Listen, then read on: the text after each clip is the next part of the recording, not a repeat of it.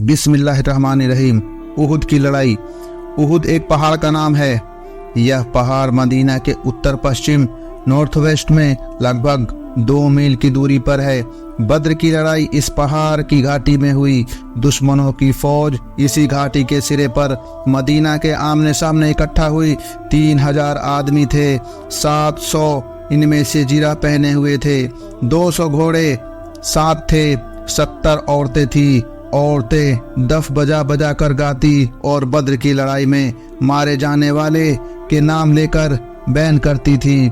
मतलब यह था कि सिपाहियों को जोश आए, लड़ने में पीछे ना हटे। यह फौज मक्का से चली। तभी मुसलमानों को इसका हाल मिल चुका था। आपने साथियों से मशवरा किया, जो लोग किसी वजह से बद्र की लड़ाई में शामिल ना हो सके थे, उनको फिक्र थी खुलकर मुकाबला हो, अल्लाह की राह में बहादुरी दिखाने और उसकी खुशी हासिल करने का मौका मिले। वे कहते थे मदीना से निकलकर काफिरों का सामना किया जाए।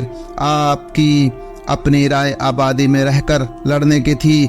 जब देखा कि ज्यादा लोग बाहर निकलकर लड़ने की हिमायत में हैं, आपने वही राय मान ली।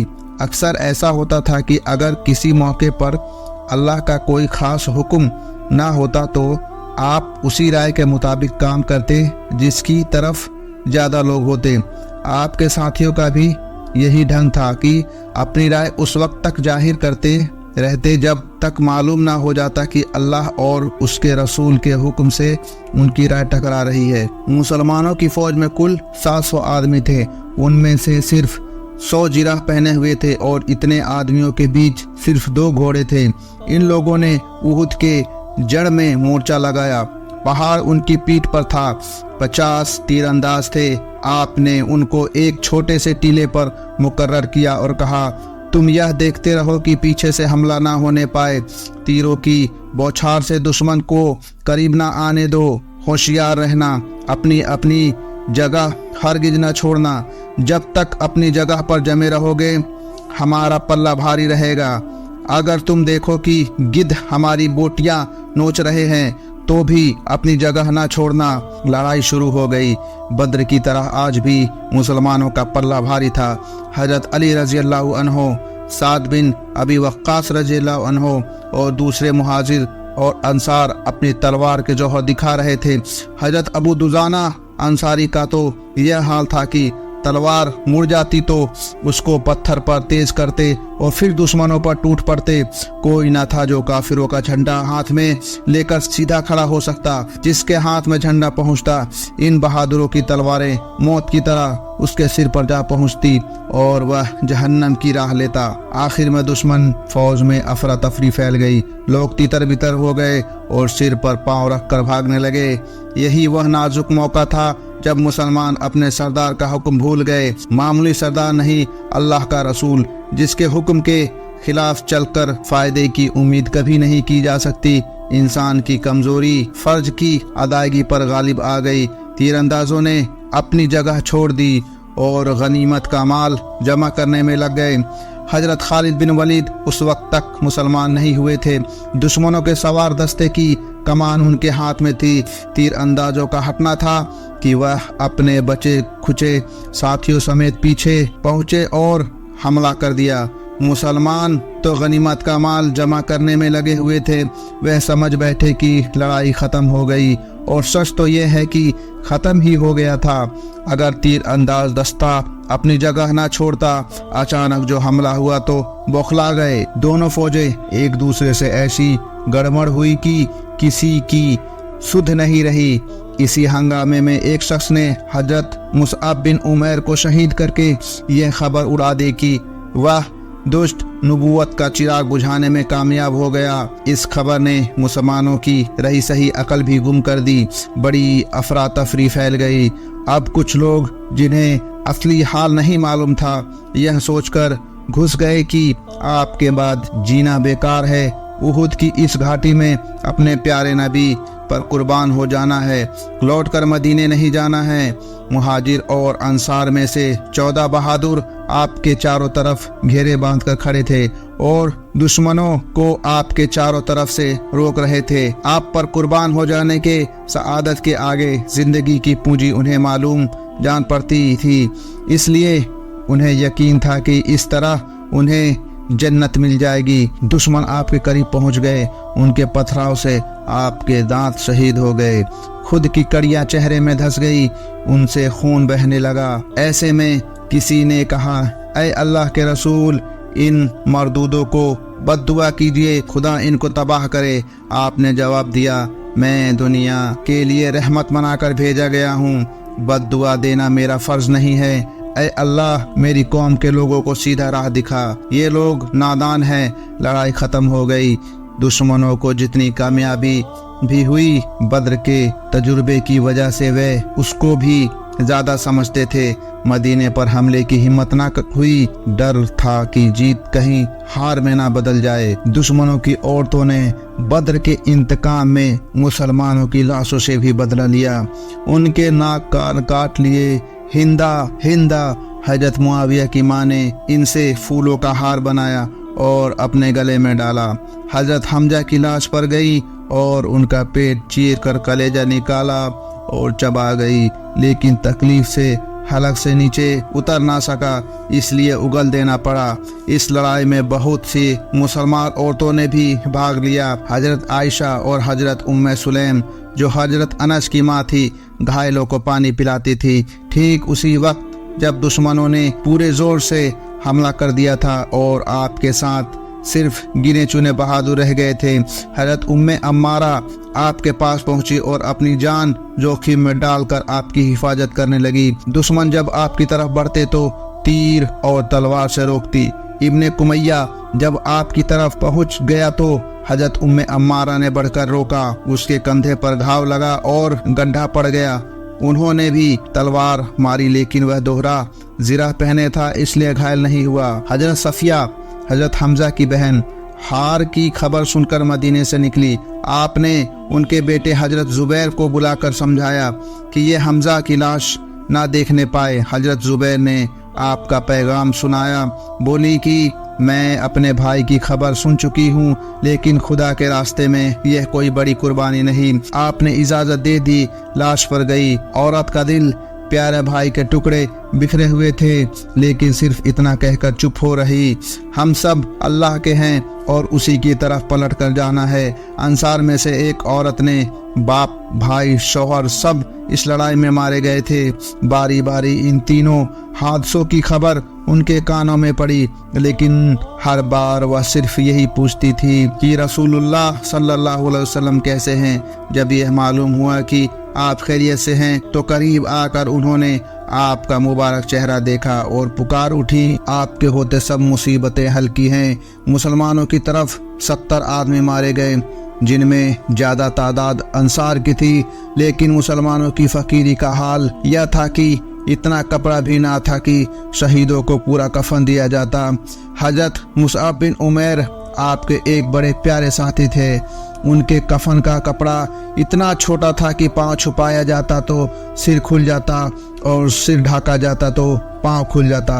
आखिर में पाँव इंतज़ार नाम की घास से छुपा दिए गए। यह ऐसा दर्द भरा मंजर था कि पीछे भी यह बात मुसलमानों को याद आ जाती तो आँख तर हो जाती। शहीद लोग नहलाए, उसी तरह खून में लिथड़े हुए दो दो मिलाकर एक कब्र में दफन किए गए। दोनों फौजें जब मैदान से अलग हुई तो मुसलमान जख्मों से चूर थे।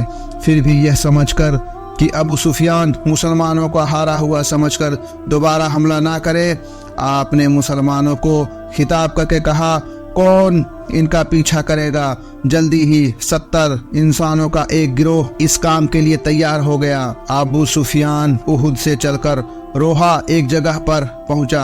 यहाँ आकर सोचा कि जीत अधूरी रह गई। आपको पहले ही शुबा था। दूसरे ही दिन आपने ऐलान करा दिया कि कोई वापस न जाए। आप सल्लल्लाहु अलैहि वसल्लम फौज के साथ हमराए असद तक, जो मदीना से 8 मील पर है, वहां गए। अबू सुफियान को यह खबर मिली तो लौटने की हिम्मत ना हुई। आप जब मदीना से लौटकर आए तो पूरे शहर में गम फैला हुआ था। आप जिधर से जाते घरों से रोने की आवाज़ आती। आपने समझाया कि मुर्दों के लिए चिल्ला चिल्ला कर रोना, कपड़े फाड़ना बाल नोचना, गालों पर थप्पड़ मारना, यह सब ठीक नहीं। हाँ, दिल में गम का होना और आंखों में आंसू गिरना फितरी है, इसमें कोई हर्ज नहीं। यह लड़ाई शव्वाल सन 6 हिजरी मार्च 625 ईस्वी में हुई। 70 मुसलमान शहीद हुए, 23 मुशरिक मारे गए। सफर सन 4 हिजरी में अबू बर्रा किलाबी, जो किलाब कबीले का सरदार था, आपके पास आया और दरख्वास्त की कि कुछ लोगों को मेरे साथ कर दीजिए कि मेरी कौम में इस्लाम की तबलीग करें। आपने फरमाया, मुझको नज़द की ओर से डर है। अबू बर्रा ने कहा, मैं उनकी ज़मानत लेता हूँ। आपने तस्लीम कर लिया और 70 अंसार साथ कर दिए। ये लोग मऊना हुए, एक जगह का नाम है, पर पहुंचकर ठहर गए और हराम बिन मलहान को आपका सल्लल्लाहु अलैहि वसल्लम का खत देकर भेजा। वहां आमिर बिन तुफैल ने कत्ल करवा दिया और आसपास कबीले के आदमी दौड़ा दिए कि तैयार होकर आए। एक भारी फौज तैयार हो गई और आमिर की सरदारी में आगे बढ़ी। इधर मुसलमान लोग मऊना के कुएं पर हराम की वापसी की राह देख रहे थे। जब देर लगी तो आगे बढ़े। रास्ते में आमिर की सेना से मुठभेड़ हुई। दुश्मनों ने उनको घेर लिया, सबको मार डाला। सिर्फ उम्र बिन उमैया को आमिर ने यह कहकर छोड़ दिया कि मेरी माँ ने एक गुलाम को आज़ाद करने की मन्नत मानी थी, इसलिए मैं तुमको आज़ाद करता हूँ। मुसलमानों के इस गिरोह में हजरत काब बिन जैद भी थे। दुश्मनों ने समझा कि यह भी शहीद हो गए हैं, लेकिन उनमें जान बाकी थी और इस तरह जिंदा बच गए। आपको जब ये हाल मिला तो इतना गम हुआ कि पूरी उम्र में भी कभी नहीं हुआ था।